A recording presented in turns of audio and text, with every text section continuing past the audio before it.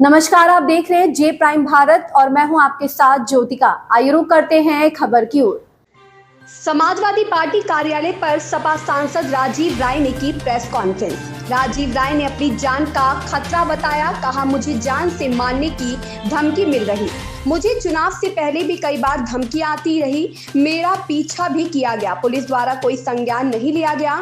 राजीव ने कहा पाकिस्तान के नंबर से फोन आया, बोलने वाला भले ही पाकिस्तान का नाम था, वो कहीं ना कहीं इंडिया का ही था, अपना नाम विजय बताया।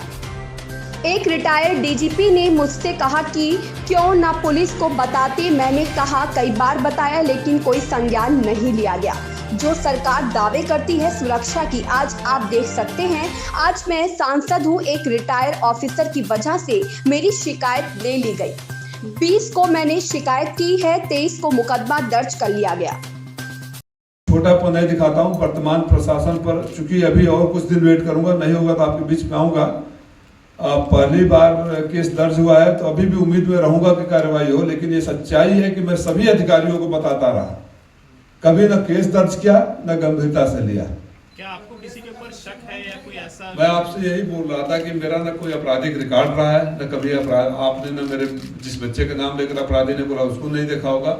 मेरे एफिडेविट को जांच कर लीजिए, कभी मेरे खिलाफ कोई केस नहीं, किसी थाने में कोई शिकायत नहीं, सिवाय एक प्रेस कॉन्फ्रेंस के एक लाइन को लेकर फर्जी करनी सेना वालों ने जैसे बताया पूरा फेक केस, वो भी प्लान करके रखा गया था कि जब ये चुनाव लड़ेंगे तो नॉन अवेलेबल वारंट इशू करा के हम कर देंगे, क्योंकि 2021 का केस है, आज तक हमें पता ही नहीं था, ना मेरा कभी नोटिस आया न बयान हुआ।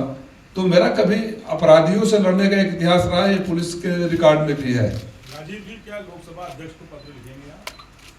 हमने माननीय गृह मंत्री को लिखा है, कल ही लिखा है, शायद मंडे तक पहुंच जाएगा। और जो जहां जहां मुझे लगेगा, क्योंकि अब मुझे भी लग रहा है कि कार्रवाई के लिए मुझे गंभीर रूप से प्रयास करने होंगे। अब पुलिस इसमें कितना गंभीर है, प्रशासन कितना गंभीर है, या सिर्फ विपक्ष के होने के नाते इसको उड़ा दिया जाए, या आप देखते होंगे मैं पीड़ा के साथ कहूँगा कि अगर किसी विपक्ष के नेता ने अपने सुरक्षा की बात कही, इसीलिए मैंने कभी सोशल मीडिया पर भी नहीं लिखा, कहीं इसको कोट नहीं किया, कहीं प्रेस में नहीं गया। मुझे ना वो सिंपैथी चाहिए ना पब्लिसिटी चाहिए, लेकिन अगर बात आ जाती है तो किस तरह के इनके 2 रुपये के संस्कारी लोग उस पर लिखते हैं, गाली गलौज की भाषा आ जाते हैं, तो अपना संस्कार दिखाना शुरू कर देते हैं। तो पानी तो ऊपर से नीचे बहता है ना, नीचे से ऊपर पानी नहीं जाता है। क्या आप किसी कैटेगरी की सुरक्षा की मांग करते हैं जो आपकी पहले से? सरकार को जो लगे, मेरी वाई कैटेगरी सिक्योरिटी जो थी वो इंटेलिजेंस इनपुट पर थी, वो कहीं ना कहीं रिकॉर्ड में दर्ज होगा। और अचानक सरकार बदलती है, एक दिन फोन आता है स्पीकर सुरक्षा विड्रा कर ली गई। अरे मेरा कोई आपराधिक इतिहास रहा हो, मेरा तो उत्तर प्रदेश में कोई ठेका कोटा परमिट लाइसेंस कोई बिजनेस भी नहीं है कि मैं कहीं भोकाल टाइप करने के लिए ले रहा हूं, तब तो आप विड्रा करो। ओनली पॉलिटिकल पर्पज की वजह से आप कंसीडर भी ना करो, क्योंकि आपका अपोनेंट है, कंसीडर भी नहीं करो कि उस सुरक्षा का खतरा है या उसको रिव्यू कर लिया जाए, तो मुझे लगता है कहीं ना कहीं ये ज्यादती है। इस तरह सरकार आती है जाती है, किसी की भी हो, इस तरह की मानसिकता नहीं होनी चाहिए कि सरकार बदल गई तो सुरक्षा हटा दो। जो मुकदमा आप पर पूर्व दर्ज था उसका स्टेटस क्या है? जो पूर्व दर्ज था आपके ऊपर मुकदमा, उसका स्टेटस क्या है? देख तारीख पर तारीख, हम तो हाई कोर्ट चले गए, हाई कोर्ट ने भी नोटिस इशू कर दिया कि इस मुकदमे में न तो जिसके खिलाफ मुकदमा है उसको नोटिस गया है, न तो उससे कोई पूछताछ किए गए हैं। मेरा घर वहाँ है, लोकसभा चुनाव लड़ चुका हूँ और पुलिस को मेरा पता अज्ञात है। अब इस महान कार्य के बाद अब क्या स्टेटस उम्मीद कर सकते हैं? जिस दिन कोर्ट खुलेगा वैसे हो जाएगा। आप यकीन कर सकते हो मेरा पता है अज्ञात होगा महू में। नंबर पाकिस्तान में, कुछ तो नंबर इंडियन है जिसपे खाली मैसेजेस में उल्टे सीधे मैसेज आए, उस नंबर को मैंने दे दिया है। जस्ट मेन फोन पर धमकी आया और पहले भी 2-4 बार आ चुका है, भले वो नंबर पाकिस्तान का। आजकल आपको पता है टेक्नोलॉजी का जमाना है, अमेरिका के फोन नंबर से भी यहाँ बात कर सकते हैं, वाईफाई से व्हाट्सएप कनेक्ट करिए और बात करिए। क्योंकि भाषा से उसने नाम भी अपना विजय बताया था, खैर नाम तो कुछ भी लोग बता देते हैं, लेकिन मुझे लगा कि हम लोग उत्तर प्रदेश वाले हिंदी में ही बात कर रहा था। वो हिंदी भी हमारी राजस्थान की अलग हो जाती है, पश्चिमी उत्तर प्रदेश की अलग हो जाती है। तो लगातार शिकायत करते रहने के बावजूद पुलिस ने कभी कोई संज्ञान नहीं लिया। इस बार एफआईआर एक छोटी सी धारा में हुआ है। उम्मीद करता हूं कि जब बात आप लोगों के माध्यम से पहुंचेगी तो शासन प्रशासन मजबूर होगा, निष्पक्ष जांच करने के लिए लिपापोती नहीं होगा। और मैं ज़्यादा चिंतित इसलिए हो गया कि मेरे बेटे का इस देश में भी नहीं रहता है।